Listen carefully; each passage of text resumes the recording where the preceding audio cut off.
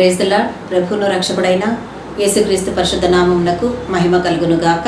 మీ అందరికీ కూడా యేసునామం పేరిట వందనాలు.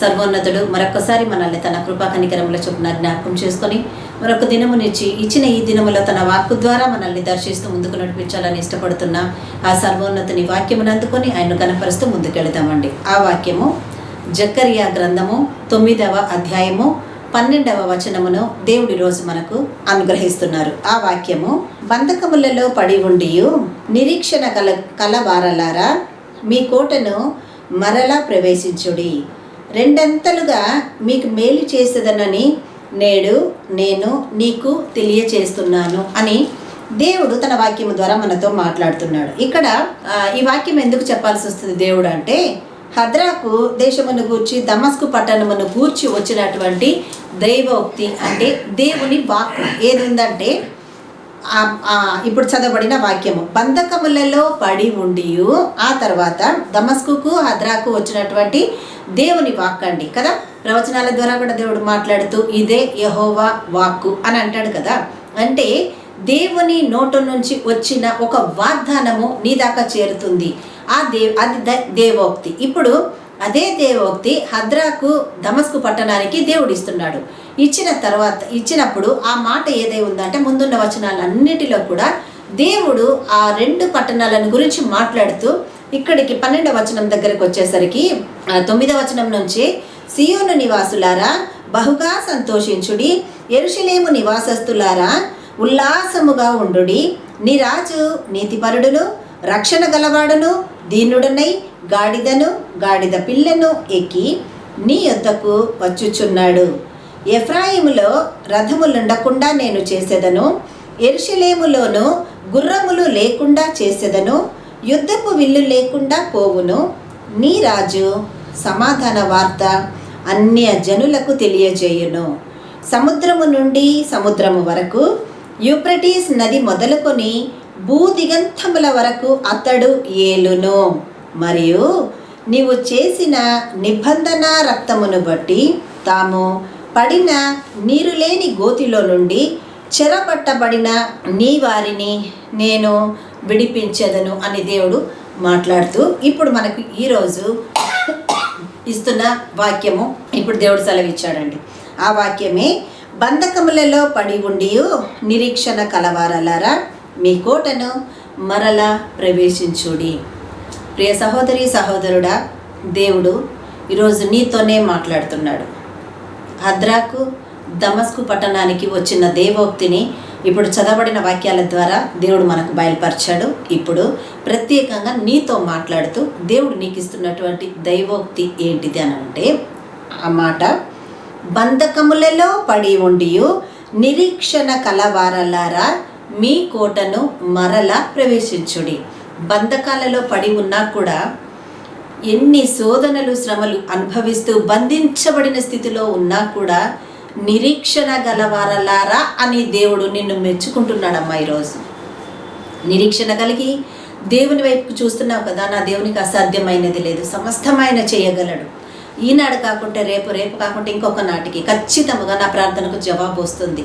నా దేవుడు చెయ్యగలడు, ఆ సమర్థత సామర్థ్యం ఆయనకుంది అని నువ్వు గ్రహించి ఆయన పాదసన్నిధిలో కొనసాగుతున్నవే సహోదరుడా. ఈరోజు నీ నిరీక్షణకు తగిన జవాబునిస్తూ ఆయన అంటున్నాడు, నిరీక్షణ కలవారలారా మీ కోటను మరలా ప్రవేశించుడి. నా దేవుడు మీ కొరకు సిద్ధపరిచిన ఆ కోటను మరలా మీరు ప్రవేశించబోతున్నారు. ఎలా అంటే, నిరీక్షణ కలిగి బంధకాలలో బంధించబడిన స్థితిలో బంధించబడి ఉండి కూడా నిరీక్షణ కలిగి దేవుని కొరకు ఎదురు చూస్తున్నారే, అందుకు మరలా మీ కోటను ప్రవేశించుడి. ఆ తర్వాత, రెండంతలుగా మీకు మేలు చేసేదనని నేడు నేను మీకు తెలియజేస్తున్నాను. ఎందుకు ప్రవేశించాలి ఆ కోటలో అని అంటే, దేవుడు ఎందుకు ప్రవేశపెడుతున్నాడంటే, నీ నిరీక్షణకు బంధకాలలో ఉండి నువ్వు నిరీక్షించి చేసావే ప్రార్థన, బంధకాలలో ఉండి నిరీక్షణతో నువ్వు దేవుని ఎదుట కనిపెట్టావే, బంధకాలలో బంధించబడి ఉన్నప్పటికీ కూడా నిరీక్షణ కలిగి నా దేవుడు చేయగలడు అని నమ్మేవే, అందుకు నీ కోటను నువ్వు మరలా ప్రవేశిస్తున్నావు. ఎందుకు నిన్ను ప్రవేశపెడుతున్నాడంటే, రెండంతలుగా నీకు మేలు చేసేదనని నేడు నీకు తెలియజేస్తున్నాను. ఇంతవరకు ఆ నిరీక్షణ లేకుండా సమస్యలు వస్తే సమస్యల వైపే చూసుకుంటూ, శ్రమలు వస్తే శ్రమల వైపే చూసుకుంటూ, బంధకాలలో ఉంటే బంధకాల వైపే చూసుకుంటూ, రోగాలుంటే హాస్పిటల్స్ చుట్టే తిరుక్కుంటూ ఇదే స్థితిలో నువ్వు పడిపోయి ఉన్నావేమో. అప్పులు ఉంటే నీ సమస్యల వైపే నువ్వు చూసుకుంటూ రేపు వచ్చి ఏమడుగుతారో, ఎల్లుండి వచ్చి ఏమడుగుతారో, ఎలా కట్టాలి, వడ్డీలు పెరిగిపోతున్నాయన్న బాధలో నువ్వు ఉన్నావా? ఈ రోజైనా దేవుని కొరకు నిరీక్షణ కలిగి కనిపెట్టడం నేర్చుకుంటే నా దేవుడు మళ్ళీ నిన్ను నీ కోటలో ప్రవేశపెట్టబోతున్నాడు. ఎందుకంటే నీకు రెండంతల మేలు చేసేదనని చెప్పుతూ దేవుడు నేడు నీకు తెలియజేస్తున్నాడు. ఈ రోజు నీకు ఎందుకు ఇచ్చాడంటే ఈ మాట నీకు చెప్పడానికి దేవుడు ఇచ్చాడు. నమ్ముతున్నావా? నమ్మగలుగుతున్నావా? ఈ మాట మనుషులు చెప్పిన మాట కాదు కదా. దేవాది దేవుడు, సజీవమైన వాడు, బ్రతికి ఉన్న దేవుడు, నీతో కలిసి నడుస్తున్నవాడు, నువ్వు చెప్పేది వింటున్నవాడు, నువ్వు మాట్లాడేది ఆయన గ్రహిస్తున్నవాడు, నువ్వు చేసేదంతా నిన్ను చూస్తున్నవాడు. నీకు ప్రతిఫలం ఇవ్వకపోతాడా? విశ్వాసం కలిగి ఉన్నావా? నీకు రెండంతల మేలు దేవుడు కలుగజేస్తానని, ఈరోజు నేడు నీకు కలుగజేస్తానని మాట్లాడుతున్నాడు. నమ్మితే ఈ వాక్యం నీ జీవితంలో నెరవేర్చబడబోతున్నది. ఎందుకంటే వాక్యం ఇచ్చినవాడు నమ్మదగిన వాడై ఉన్నాడు. ఆ వాక్యమునే వాగ్దానముగా ఇచ్చినవాడు మరలా నిన్ను లేవనెత్తుకొని వాడై ఉన్నాడు. పునరుత్థానము, జీవము, మరణము సమస్తమైన వశములో ఉండగా నీ కార్యం, నీ ఆశీర్వాదం దేవుడు ఇవ్వలేడా? నీకు ధైర్యం కలిగి ముందుకు కొనసాగు ప్రియ దేవుని బిడ్డ. ఏ విషయంలో కృంగిపోయి ఉన్నావేమో, ఏ విషయంలో సోలిపోతున్నావేమో, ఏ విషయంలో నీకు ఆదరణ లేని స్థితిలో కొట్టుమిట్టాడుతున్నావేమో.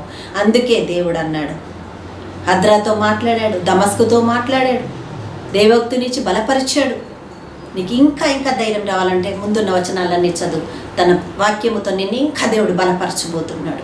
ఆ తర్వాత ఈ వాక్యం దగ్గరికి వచ్చేసరికి ఆయన అంటున్నాడు, బంధకములతో బంధించబడి నిరీక్షణ గల వారలారా మీ కోటను మరలా ప్రవేశించుడి అని దేవుడు మీకు వాగ్దానం ఇచ్చి, ఎందుకంటే నేడు నేను మీకు కలుగజేయు రక్షణను నేడు మీరు చూడబోతున్నారు అని నేడు నేను మీకు తెలియజేస్తున్నాను. ఎవరు తెలియజేస్తున్నారండి?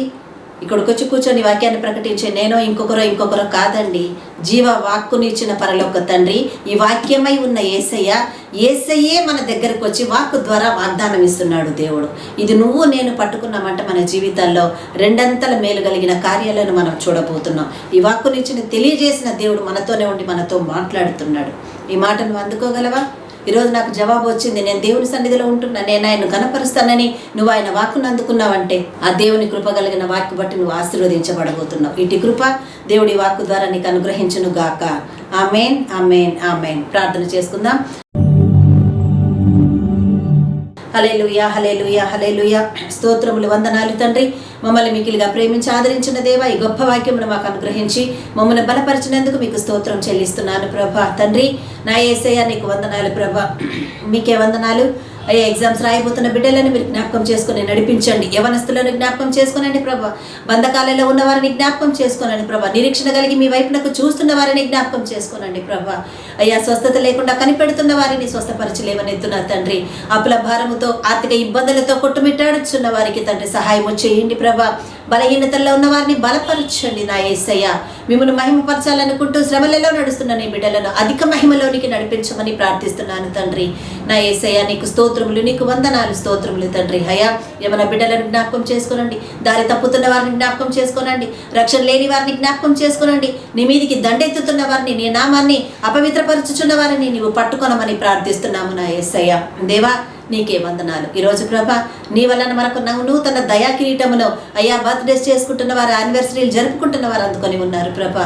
వారిని తండ్రి సంవత్సర కాలం అంతా నీ అరచేతులలో చెక్కుకొని నీ కృపా చిత్తములు వారి పట్ల నెరవేర్చి ముందుకు నడిపించమని మీ చేతులకు అప్పగిస్తున్నాం తండ్రి. ఈ వాక్యం ద్వారా బలపరిచినందుకు మరొక్కసారి మీకే కృతజ్ఞతలు, వందనాలు, స్తుతులు, స్తోత్రములు చెల్లిస్తూ యేసు నామమున మా ఈ ప్రార్థన అంతటిని ప్రభా నీ ఆశీర్వాదముగా మేమందరము కూడా అడిగి పొంది ఉన్నాము మా తండ్రి. ఆమేన్, ఆమేన్, ఆమేన్. హల్లెలూయా.